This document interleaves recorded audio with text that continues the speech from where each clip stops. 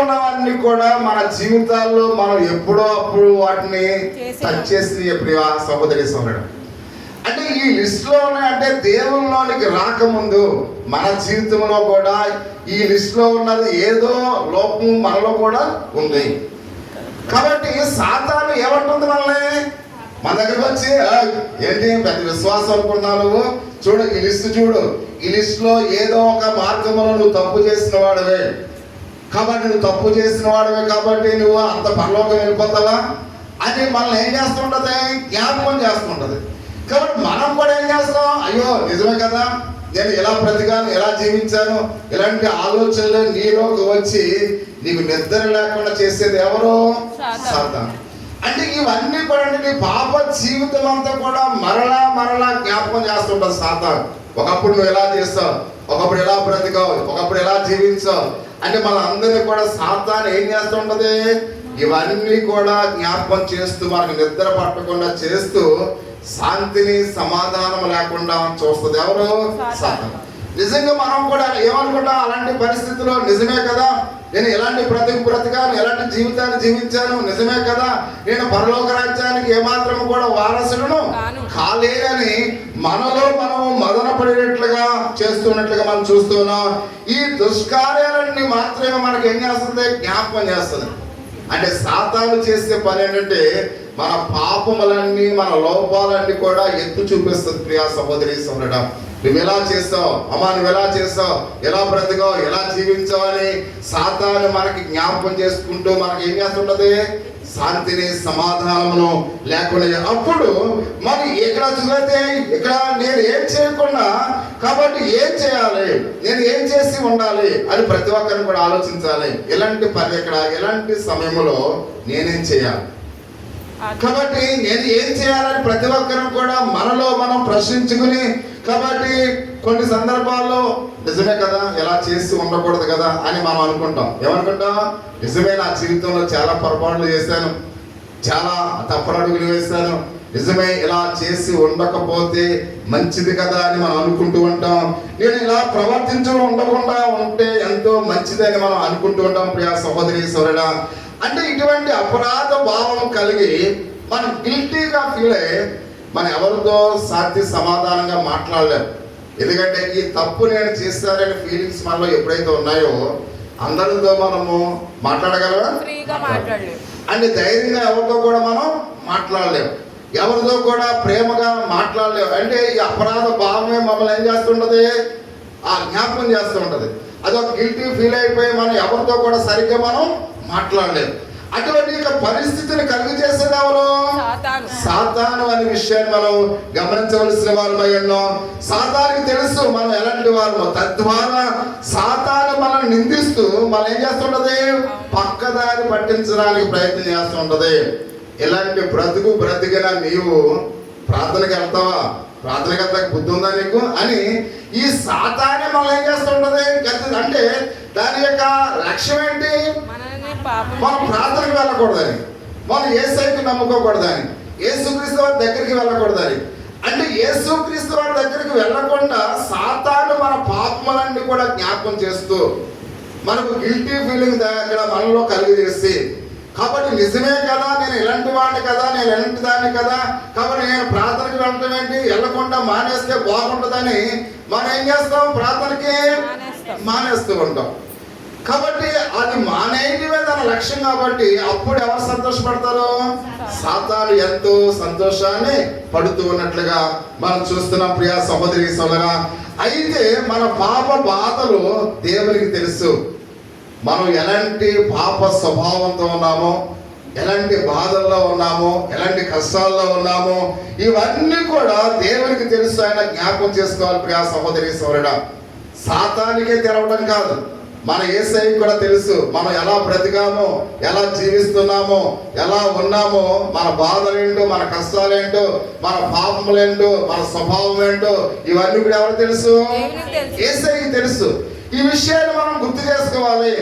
సాతాను మనకి ఇక్కడ చెప్పి మనను ఆ యొక్క బాధలో వేదనలో ఇంకా అలాగే ఉంచుతూ ఉన్నాడు.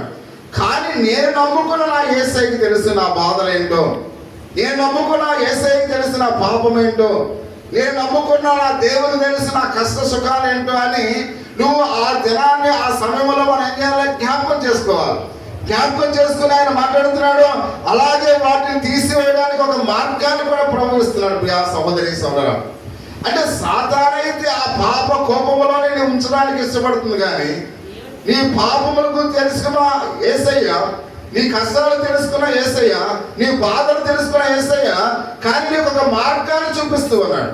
అంటే సాతాను మాత్రం ఆ మార్గాన్ని నీకు చూపించట్లేదు, కానీ ఇక్కడ యేసయ్య మాత్రం ఆ మార్గాన్ని, అంటే తప్పించుకునే మార్గము, రక్షించే మార్గము, ఈ జీవితంలో విలువైన మార్గాన్ని ప్రభు చూపిస్తున్నట్లుగా పరిశుద్ధ గ్రంథంలో అయితే మనం చూస్తూ ఉన్నాం.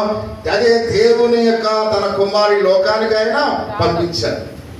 అంటే మానవాళి లోకంలో ఎవరు కూడా తన యొక్క స్వసత్య చేత, తమ స్వబుద్ధి చేత, తన ధనము చేత తమ జీవితాల్ని తప్పించుకోలేని యొక్క స్థితిలో దేవుడు ఆకాశం నుండి భూలోకానికి చూసి ఆయన ఒక మార్గాన్ని తెరిచాడు. ఆ మార్గమే తన కుమారుడైన యేసుక్రీస్తు వారిని ఈ లోకానికి పంపించాడు.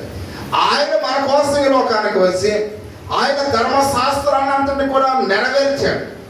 కాబట్టి మనం చెడ్డవారు అయినప్పుడు కూడా ఆయన 33.5 సంవత్సరాలు ఎంతో మంచివాడుగా ఈ లోకంలో జీవించాడు, పాపము లేనివాడుగా జీవించాడు. అంటే మనం చేయవలసిన కార్యాలన్నీ కూడా ఆయన నెరవేర్చాడు.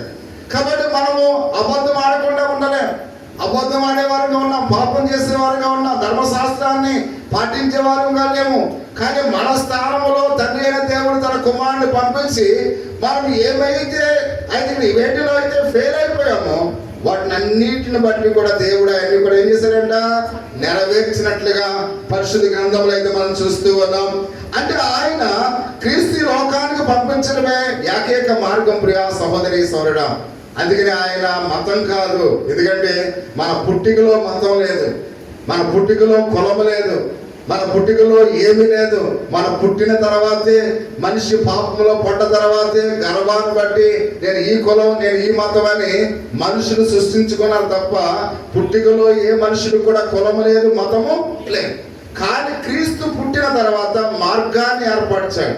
కాబట్టి యేసుక్రీస్తులో ఎవరైతే వెళతారో, యేసుక్రీస్తు వారిని ఎవరైతే నమ్ముకుంటారో వారు మాత్రమే రక్షణకు ఏకైక మార్గముగా ప్రభు ఈ లోకానికి వచ్చాడు. ప్రియా సహోదరి సహోదరుడా, అంటే ఆ మార్గములో నీవు కూడా వెళితే నీ పాపములు కూడా క్షమించబడతాయి, నీ కష్టాలన్నీ కూడా తీరిపోతాయి, నీ సమస్యలన్నీ కూడా తీరిపోతాయి.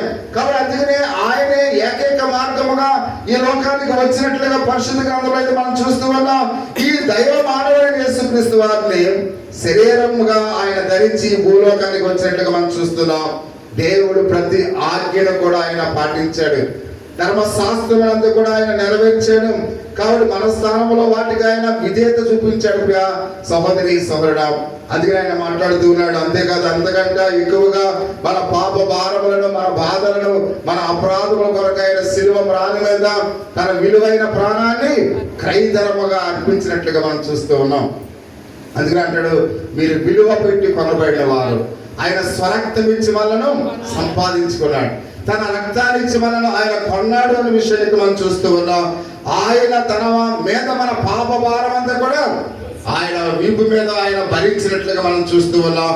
కాబట్టి శిలువ ఆయన మోసుకుంటూ వెళ్తూ మన పాపములన్నీ కూడా ఆ శిక్ష ఆయన అనుభవించినట్లుగా పరిశుద్ధ గ్రంథం తెలియపరుస్తుంది. ఆయన మరణమును లేచి ఆ యేసుక్రీస్తు రక్తములో మనం కడిగి వేసినట్లుగా మనం చూస్తూ ఉన్నాం. కాబట్టి ఈ రోజు ఒక రోజు మనకు ఒక పరలోక రాజ్యాన్ని ఆయన ఇచ్చి ఉన్నాడు. ఆయన పునరుద్ధానుడయ్యాడు కనుక నీ కొరకు నా కొరకు ఒక నిత్యత్వములో దేవుని రాజ్యాన్ని ఆయన మనకు ఇచ్చాడు. కాబట్టి ఆయన రాజ్యంలోనికి వెళ్ళడానికి ఆయనే ఏకైక మార్గముగా ఉన్నాడు అనే విషయాన్ని మనం గమనించవలసిన వారి మనం చూస్తూ ఉన్నాం. అది ఒక కొత్త జీవితమై ఉందని దాని అర్థం. ప్రియమైన వాళ్ళ, ఈ జీవితం అంతా కూడా పాత జీవితం, ఈ పాత రోత బ్రతుకు ఈ లోకంలో మనం జీవించేది. కానీ ఒక కొత్త జీవితాన్ని దేవుడు మనకు ఇస్తూ ఉన్నాడు. ఆ కొత్త జీవితం అనేది ఎంతో అద్భుతంగా ఉండబోతున్నట్లుగా మనం చూస్తున్నాం. కాబట్టి అనుదినము కూడా తను వెంబడించమని ఆయన ఆహ్వానిస్తూ ఉన్నాడు. అంటే ఈ పాత రోత జీవితం నుండి మనను ఆయన ఎప్పుడైతే ఆయన వెంబడిస్తూ ఉన్నామో ఒక కొత్త జీవితాన్ని మనకు ఇస్తూ ఉన్నాడు. ఆ కొత్త జీవితం ఎంతో అద్భుతంగా ఉంటుంది. కాబట్టి అందుకనే అంటున్నాడు ప్రియ సహోదరి సోదరా, కాబట్టి అనుదినము కూడా ఆయన వెంబడించాలి. ఆయన వాక్యాన్ని మనము గట్టిగా పట్టుకోవాలి. ఆయన పిల్లల వలె మనము జీవించాలి. మనం ఎలా జీవించాలి? ఆయన పిల్లల వలె జీవించాలి.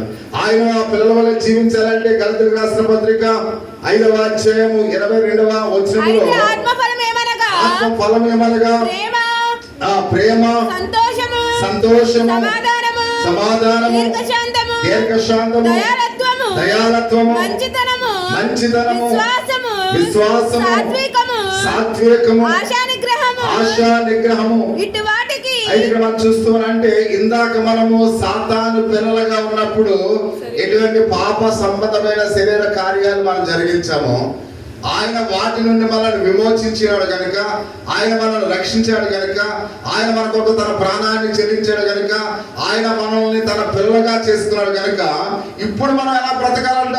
ప్రేమతో, సంతోషముతో, దీర్ఘశాంతముతో, సమాధానముతో. అయితే దేవుని పిల్లలుగా మనం బ్రతకాలని ఈ ఆత్మీయ